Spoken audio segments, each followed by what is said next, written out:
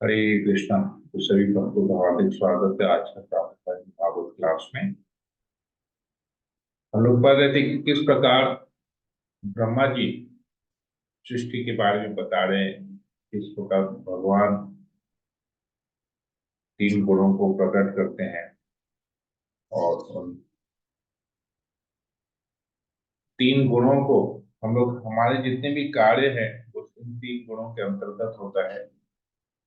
हम इस भगवान की इस बहिरंगा शक्ति के ऊपर में प्रभुत्व जताने का प्रयास करते हैं और प्रभुत्व जताने के कारण हम स्वयं इस भौतिक जगत में तीन गुणों द्वारा बद्ध हो जाते हैं। ये हमने पढ़ा और ब्रह्मा जी स्वीकार करते कि वे भी भगवान के नियंत्रण में हैं, वो इससे छूटे हुए नहीं, भगवान से स्वतंत्र नहीं है, वो भी भगवान के द्वारा कंट्रोल्ड है, नियंत्रण नियंत्रित है। तो हम लोग और आज आगे पढ़ेंगे इसमें। ओम अज्ञानतिमिरान्धस्य ज्ञानांजनाशलाकया चक्षुरुन्मीलितं येन तस्मै श्रीकृष्णाय नमो विष्णुपादाय कृष्णदेवताय श्रीमते भक्तिवेदांत स्वामी नमस्ते सरस्वती देवी गौरवाणी श्री कृष्ण। हे कृष्ण करुणा सिंधु गोपेश सप्तकांचन गौरांगी राहुल श्री पुष्पाणि देवी का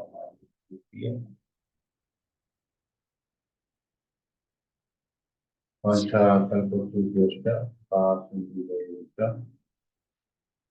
प्रतीकानां कारणस्य वैष्णवेभ्यो नमः। जय श्री कृष्ण चैतन्य प्रभु नित्यानंद श्री अद्वैत गदाधर श्री हरे कृष्णा कृष्ण कृष्ण मंगलाचरण की जय। ओम नमो भगवते वासुदेवाय। ओम नमो भगवते वासुदेवाय। ओम नमो भगवते वासुदेवाय। श्रीमद् भागवतम दूसरा स्कंद अध्याय 5 श्लोक नंबर 22। तो 21 नंबर श्लोक में हमने पढ़ा किस प्रकार समस्त जीवों जो भाग्य है वो उनके कर्मों द्वारा उनके विशिष्ट प्रभाव द्वारा सबका भाग्य भाग्य लिखा जाता है।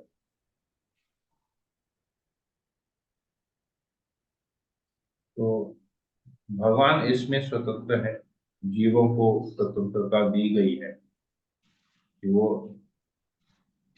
कर्म करे और उस कर्म के अनुसार उसे फल उसका भुगतना पड़ता है। आगे श्लोक नंबर 22 में ब्रह्मा जी बताते हैं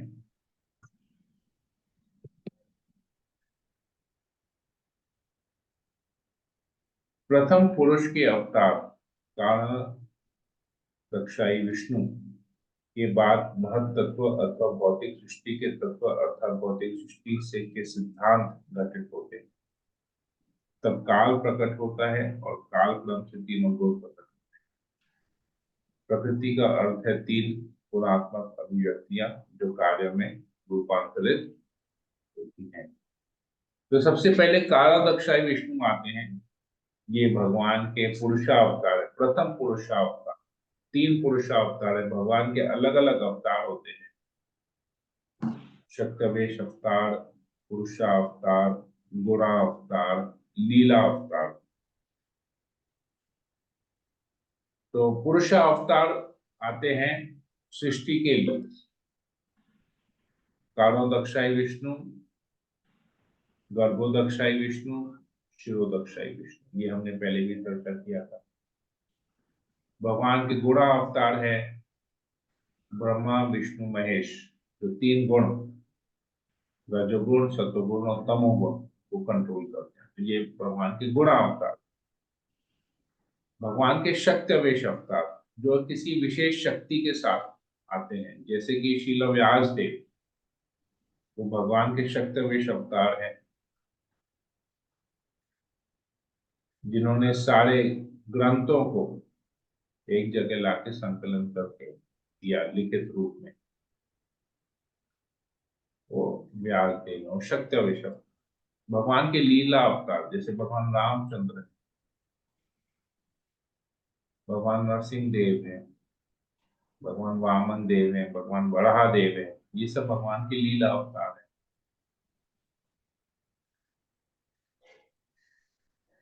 तो ये अलग अलग अवतार हैं। तो यहाँ पर सृष्टि के लिए पुरुष अवतार आते हैं, सृष्टि करने के लिए पुरुष अवतार आते हैं।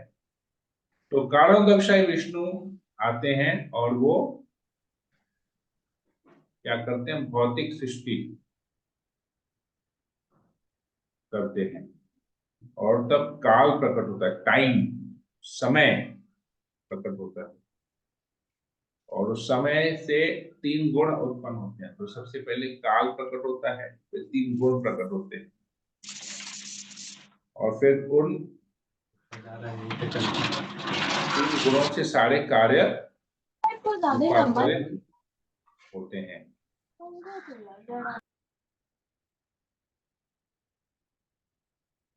तो ये चीज यहाँ पर ब्रह्मा जी बता रहे हैं।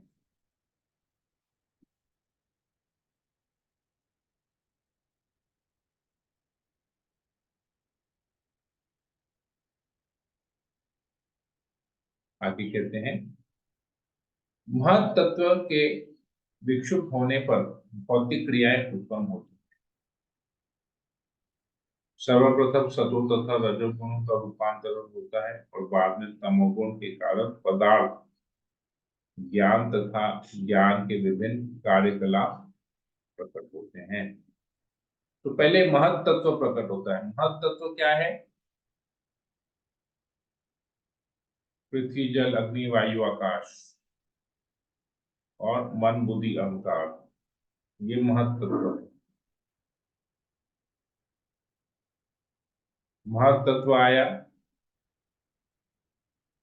और महत तत्व के बाद इनका जब गुणों के साथ कॉम्बिनेशन होता है, तो फिर अलग अलग योनियां भी उसी प्रकार से आती हैं। क्योंकि ये भौतिक शरीर, हम जब देखते हैं, आत्मा के ऊपर दो कवरिंग है, एक सूक्ष्म शरीर का, एक स्थूल शरीर का। तो सूक्ष्म शरीर मन, बुद्धि, अहंकार से बना हुआ रहता है, और स्थूल शरीर पृथ्वी, जल, अग्नि, वायु, आकाश से बना हुआ है। तो ये महत तत्व, और ये गुणों के कॉम्बिनेशन से ये शरीर बनता है। रजोगुण का शरीर अलग होता है, रजोगुण तमोगुण का शरीर अलग होता है, तमोगुण सतोगुण का, सतोगुण रजोगुण का, अलग अलग कॉम्बिनेशन, और कॉम्बिनेशन की मात्राएं अलग होती हैं। मान लीजिए 50% रजोगुण है, 50% तमोगुण है, तो एक प्रकार का शरीर होगा। 50.1% हो जाएगा और 49.9% हो जाएगा, तो एक अलग प्रकार का शरीर बनेगा। तो ये सारे कॉम्बिनेशन से 84 लाख योनियां बनती हैं। और गुणों में पहले सतोगुण प्रकट होता है, फिर रजोगुण होता है, फिर अंत में तमोगुण होता है। और फिर इनसे, और तमोगुण के कारण पदार्थ, पदार्थ मतलब मैटर प्रकट होता है, और इसी से ज्ञान और कार्यकलाप भी प्रकट होते हैं।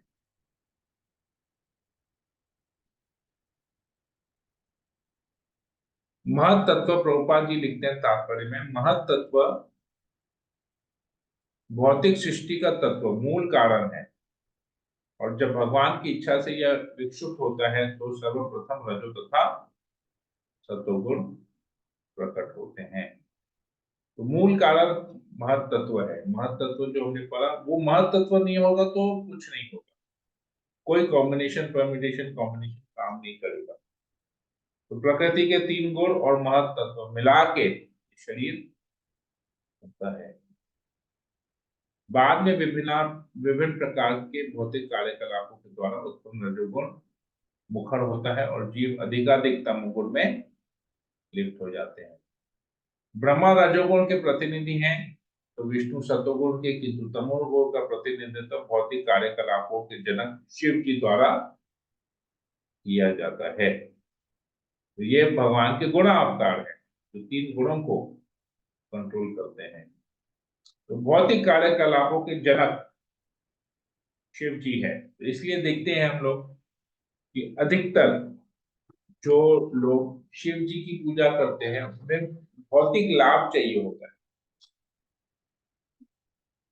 तो भौतिक लाभ पाने के लिए वो लोग शिव जी की उपासना पूजा करते हैं। तो भौतिक लाभ में बहुत कुछ बातें आ जाती है। किसी को योग सिद्धि चाहिए होती है,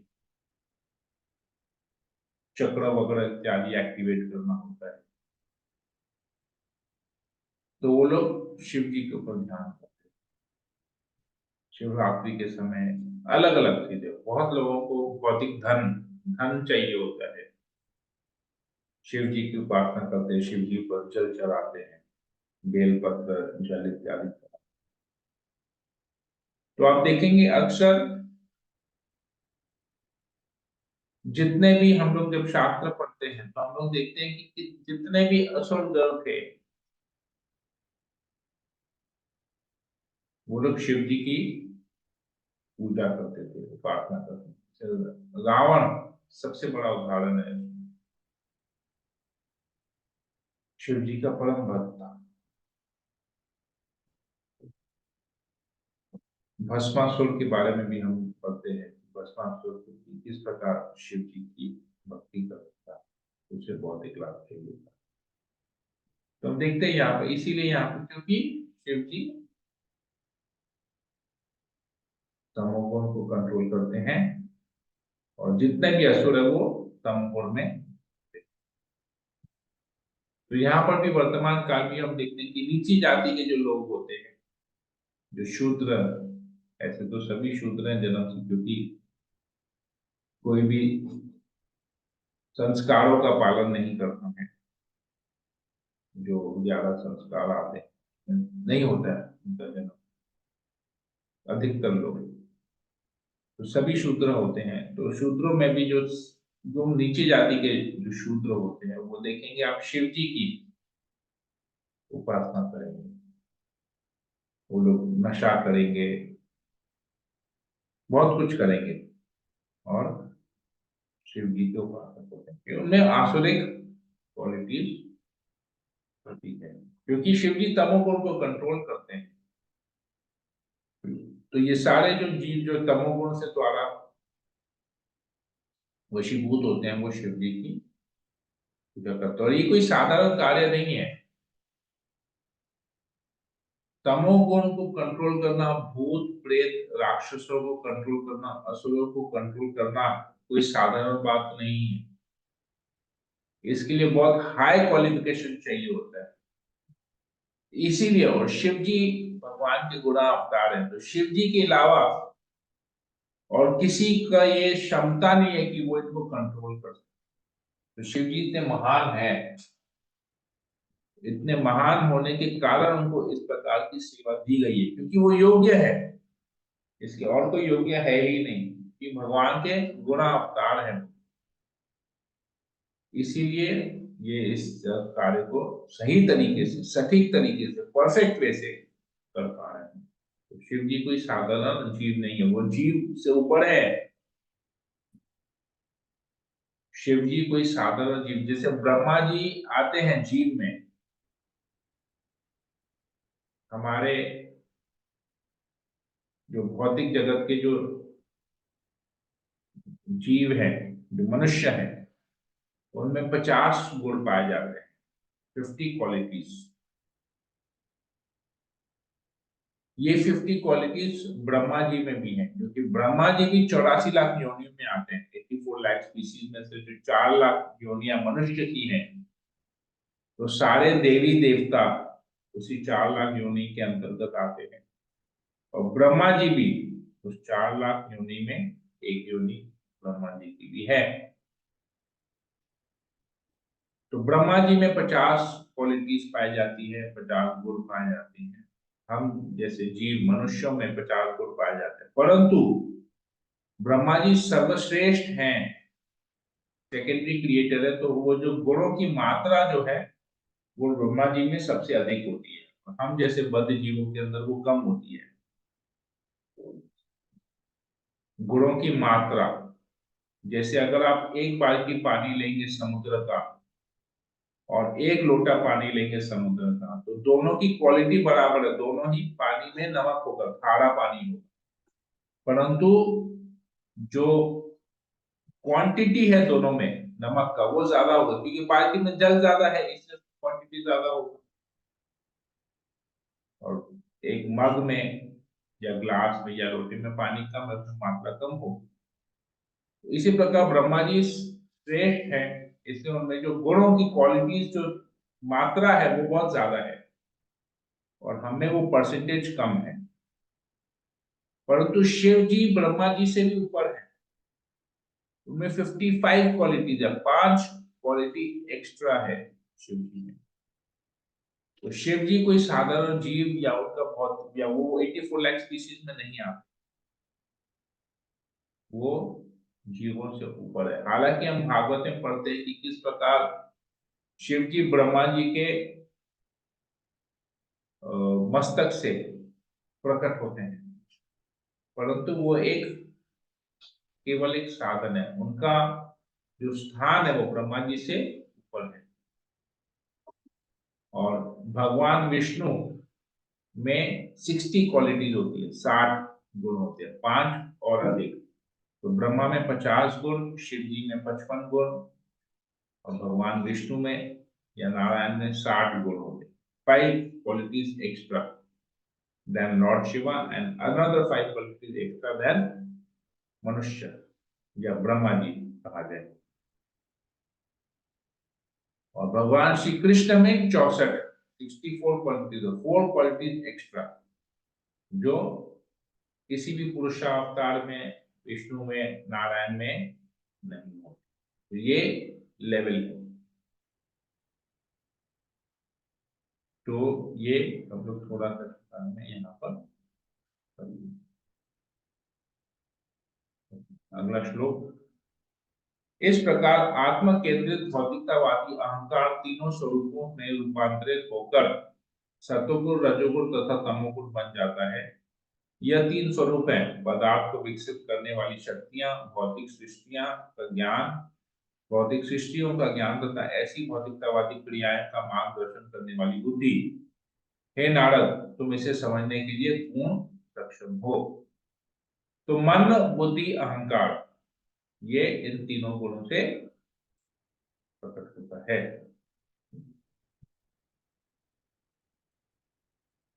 तो मन, बुद्धि, अहंकार इन तीन गुणों से आत्म केंद्रित होती है ये, मतलब आत्मा का कवरिंग है, ये सूक्ष्म कवरिंग है, और फिर स्थूल कवरिंग आता है, ग्रॉस।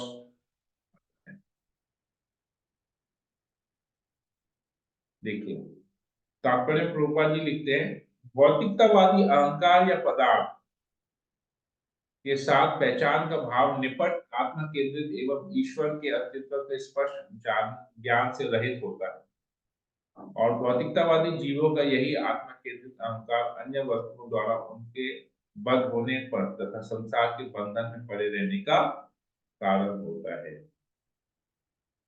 तो आत्म केंद्रित ये जो सूक्ष्म शरीर है कि अपने आप को भूल जाते हैं कि हम भगवान के अंश हैं और अपने आप को शरीर मानते हैं, यही कारण है हमारा इस भौतिक जगत में बंधे रहना, बद्ध होने का ये कारण है। आत्म केंद्रित निर्विशेषवादी, निर्विशेषवादी मतलब जो ब्रह्म ज्योति की उपासना, जो भगवान के निराकार रूप को मानते हैं, भगवान की स्पष्ट अवधारणा के बिना ही अपने ढंग से यह निष्कर्ष निकालता है कि भगवान किसी उद्देश्य विशेष से अपने मूल निर्विशेष आध्यात्मिक अस्तित्व से भौतिक स्वरूप ग्रहण करता है। तो लोग सोचते हैं कि सब कुछ पहले ब्रह्म था, लाइट था, वहां से भगवान आते हैं, एक शरीर प्रकट करते हैं, तो भगवान का शरीर भी भौतिक शरीर को मानते हैं। जैसे लोग बहुत एक सरल आप लोगों को एग्जाम्पल देके बताता हूँ कि जैसे लोग समझते हैं कि कृष्ण की मृत्यु हुई, कैसे मृत्यु हुई? शिकारी ने उनके पैर पर तीर चला दिया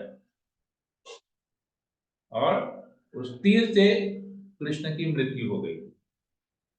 तो भगवान की तो मृत्यु नहीं होती है। भगवान गीता, अगर कृष्ण की मृत्यु हुई तो मतलब गीता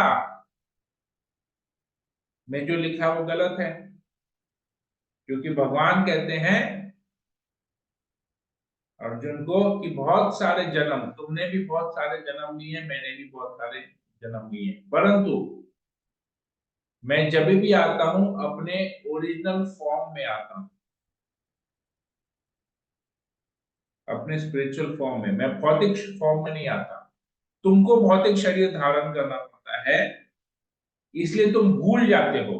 तुम्हें अपने पिछले जन्मों की बातें याद नहीं,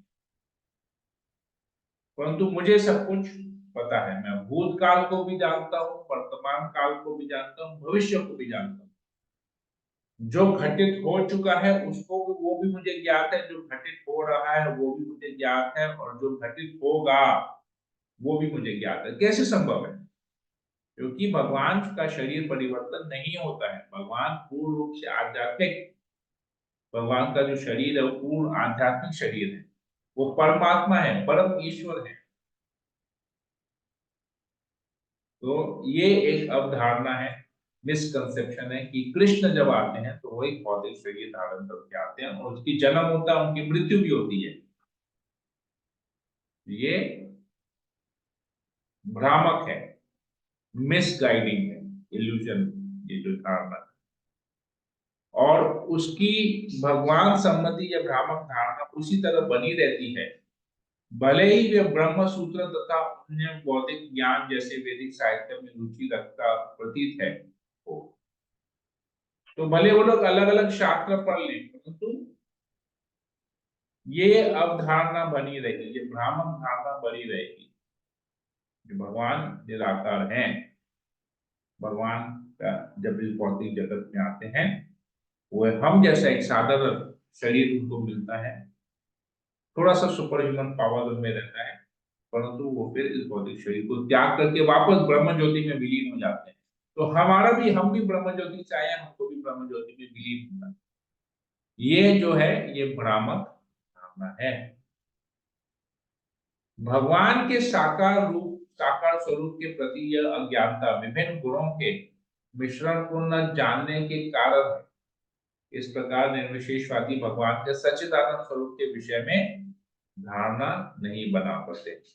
इसका कारण यह है कि भगवान ये अधिकार अपने पास सुरक्षित रखते हैं कि वे ऐसे अभक्त के समक्ष प्रकट न हो, जो भगवत गीता जैसे ग्रंथ का अध्ययन करने के बाद भी हठवश मूढ़ता से निर्विशेषवादी बने रहते हैं।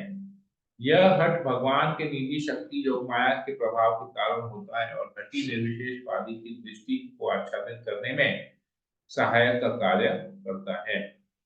ऐसे मोहग्रस्त व्यक्ति को मूढ़ अर्थात निपट अज्ञानी कहा जाता है, क्योंकि वो भगवान के दिव्य रूप को अजन्मा तथा अक्षर समझने में असमर्थ रहता है।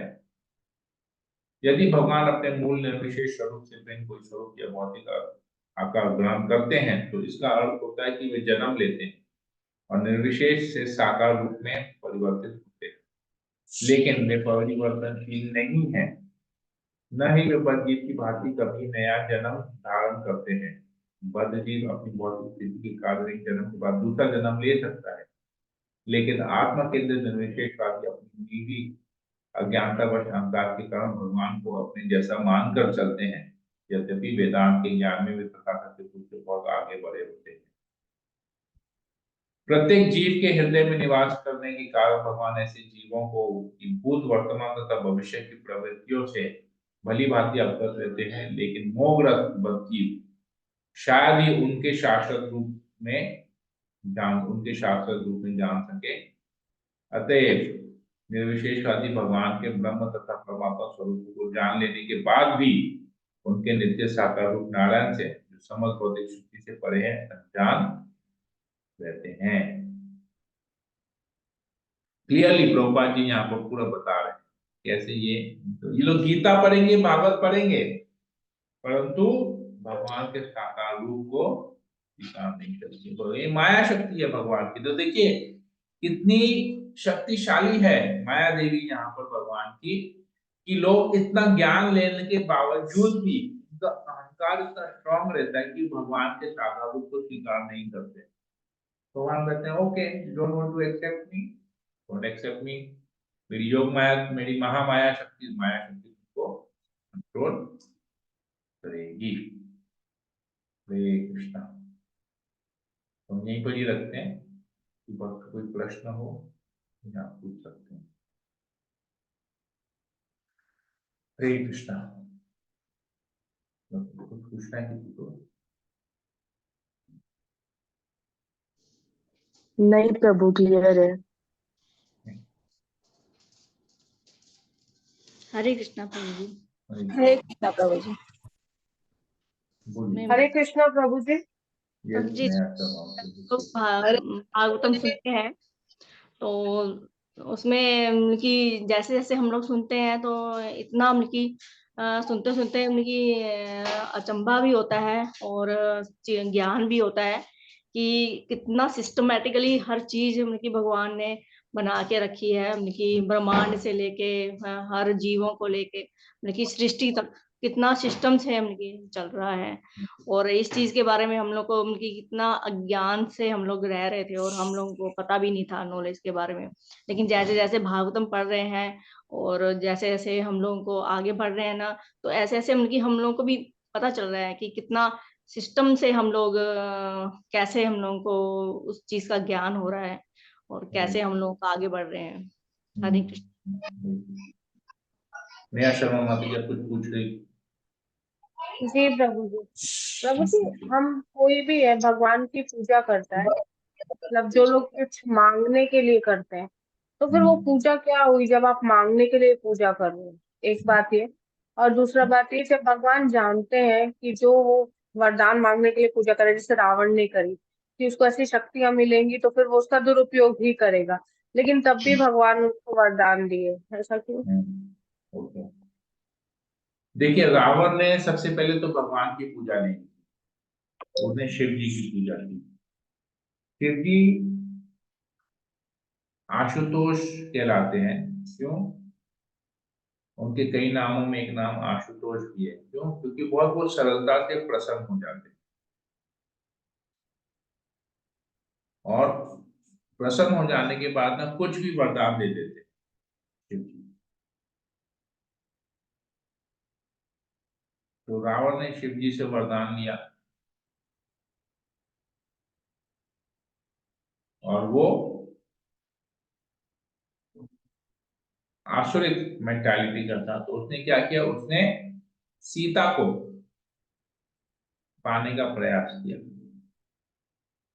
उस आसुरिक मेंटालिटी के कारण वो भूल गया कि भगवान रामचंद्र एक वास्तव में भगवान है। वो उन्हें एक साधारण राजा समझने लगे।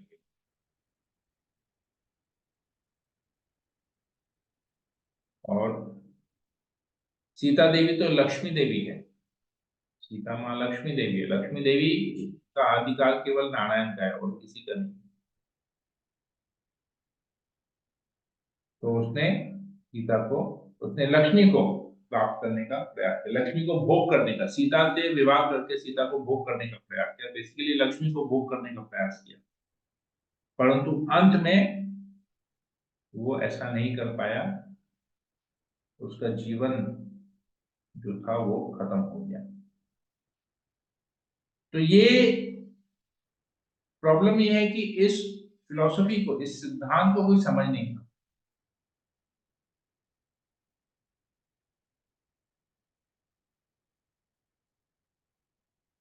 क्यों नहीं समझ पाते? क्योंकि हम लोग सब लोग यहाँ पर भोग करने के लिए आए। हम भूल जाते हैं कि जो हम जिस धन के पीछे हम भाग रहे हैं, जिस धन को प्राप्त करने के लिए हम लोग लक्ष्मी देवी की पूजा करते हैं, वो लक्ष्मी देवी वास्तविक में भगवान नारायण की अर्धांगिनी। तो अगर हम नारायण की पूजा करेंगे तो लक्ष्मी वहीं पर ही रहेगी जहाँ नारायण रहेंगे, पर हम लोग क्या कर रहे हैं, नारायण को साइड करके लक्ष्मी पूजन कर रहे हैं, और लक्ष्मी चंचल है। ये ठीक उसी प्रकार है जिसको हमने एक भौतिक उदाहरण, काफी समय पहले हमने इसके ऊपर चर्चा भी किया था। एक इसको हम लोग भौतिक उदाहरण से स्पष्ट कर लेते हैं, तो क्या एकदम क्लियर हो जाएगा, जो इस उदाहरण को समझेगा ना एकदम क्लियर हो जाएगा। जैसे माता जी लोग हैं, प्राय प्राय सभी का यहाँ पर विवाह हो गया, ऐसा रिवायत है। तो माता जी विवाह विवाह होने के बाद माता जी जो है अपने ससुराल में अपने पति के आश्रय में रहती हैं। तो माता जी, और स्वाभाविक है कि माता जी साल में एक बार दो बार अपने मैके चली जाती हैं, अपने माता पिता के पास, भाई बहन भाई के पास मैके चली जाती हैं। परंतु जब उस मैके में, और वो कुछ समय के लिए मैके जाती हैं, हमेशा के लिए नहीं जाती, कुछ समय के लिए जाती है, फिर वापस अपने ससुराल अपने पति के पास वापस आ जाती। क्यों? क्योंकि वो अधिक समय तक अपने पति के से अलग होकर नहीं रहती, इसलिए वो चली आती है वापस। तो लक्ष्मी देवी भी ऐसी ही है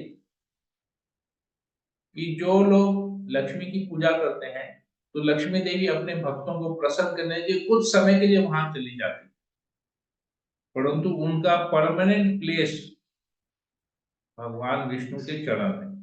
परमानेंट प्लेस भगवान विष्णु के साथ है, तो वो वापस आ जाती हैं।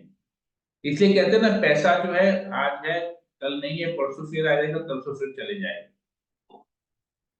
तो ये लक्ष्मी चंचल है।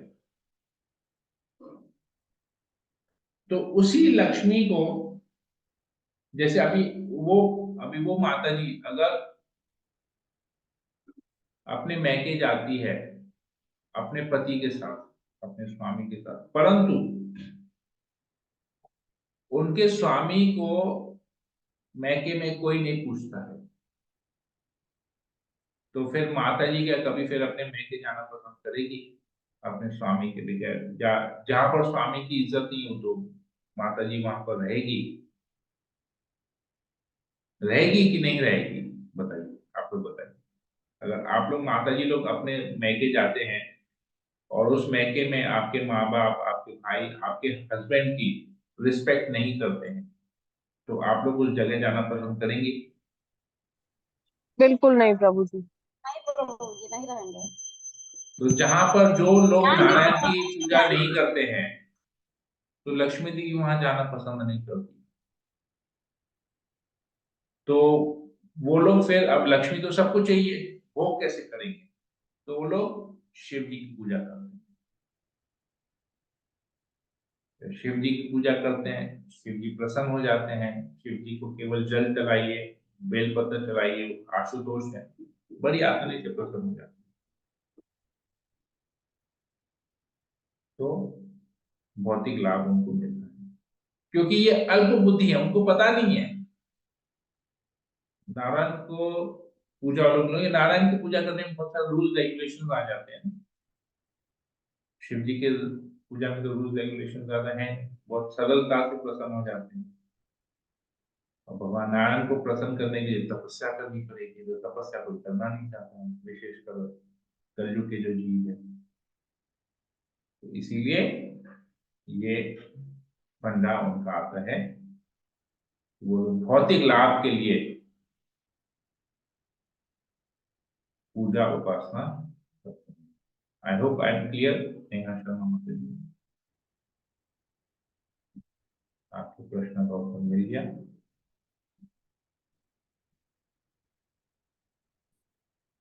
हरे कृष्णा प्रभु जी, दंडवत प्रणाम। जी जी प्रभु जी, मिल गया जी प्रभु जी। सुमन चौरस से माता जी बोलिए। प्रभु जी, जब हम लोग स्कूल के टाइम में पढ़ाई करते थे, तो भौतिक मतलब पढ़ाई होता था, तो सब व्यर्थ चला गया। अब तो सही मायने में हम लोग पढ़ाई कर रहे हैं, आध्यात्मिक पढ़ाई कर रहे हैं, भगवान को जान रहे हैं, कैसे जीना चाहिए, कैसे भगवान को पाना चाहिए, कैसे मतलब घर में रह करके भी कैसे भक्ति किया जाता है, परिवार को देखते हुए कैसे भक्ति हम लोग कर सकते हैं। भगवान मतलब जा सकते हैं, भगवत धाम जा सकते हैं।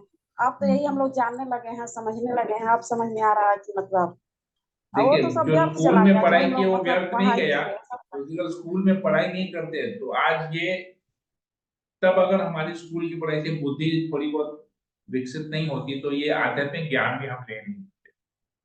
तो व्यर्थ कुछ नहीं जाता है,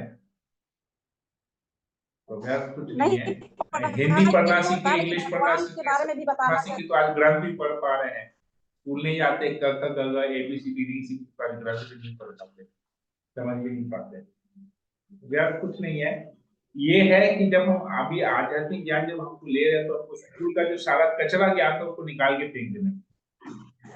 तभी हम प्रभुपाद ने जो ज्ञान दिया है ना, वो ज्ञान हमारे लिए सफिशिएंट है, हमको अलग से और ज्ञान लेने की जरूरत नहीं है।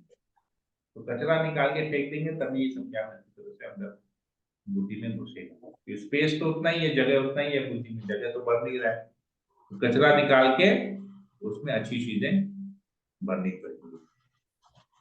ठीक है, तो हरे एक कृष्णा। सब्जेक्ट, दो हाँ सब्जेक्ट रहना चाहिए जो कि ग्रंथों को मैंने बताना चाहिए बच्चों को, हाँ। मतलब जैसे कि भागवत गीता के चिंता बारे में, मत कीजिए, रामायण। आएगा आएगा, ये समय भी आएगा जब ग्रंथ पढ़ाए लेकिन जाएंगे अभी तक स्कूल नहीं में। आया, बच्चे लोग पढ़ आ रहे हैं, जाएगा, ट्राई बहुत जल्दी करेंगे। आने वाला है, बहुत जल्दी आने वाला है। तभी तो आप लोग सब लोग आज लीडर बनिए।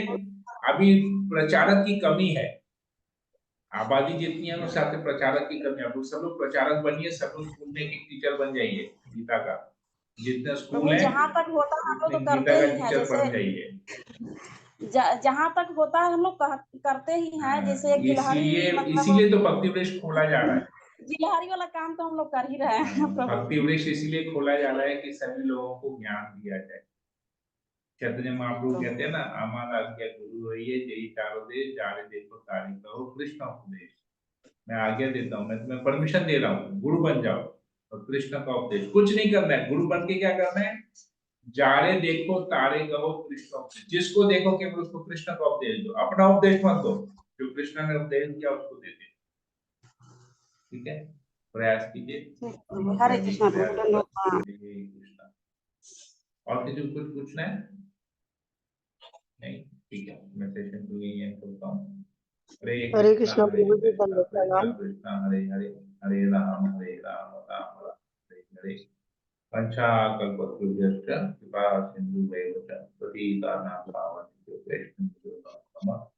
संवेद भक्तवृंद की जय, जगद्गुरु श्री प्रभुपाद की जय, ग्रंथ श्रीमद् भागवतम की जय। हरे कृष्ण।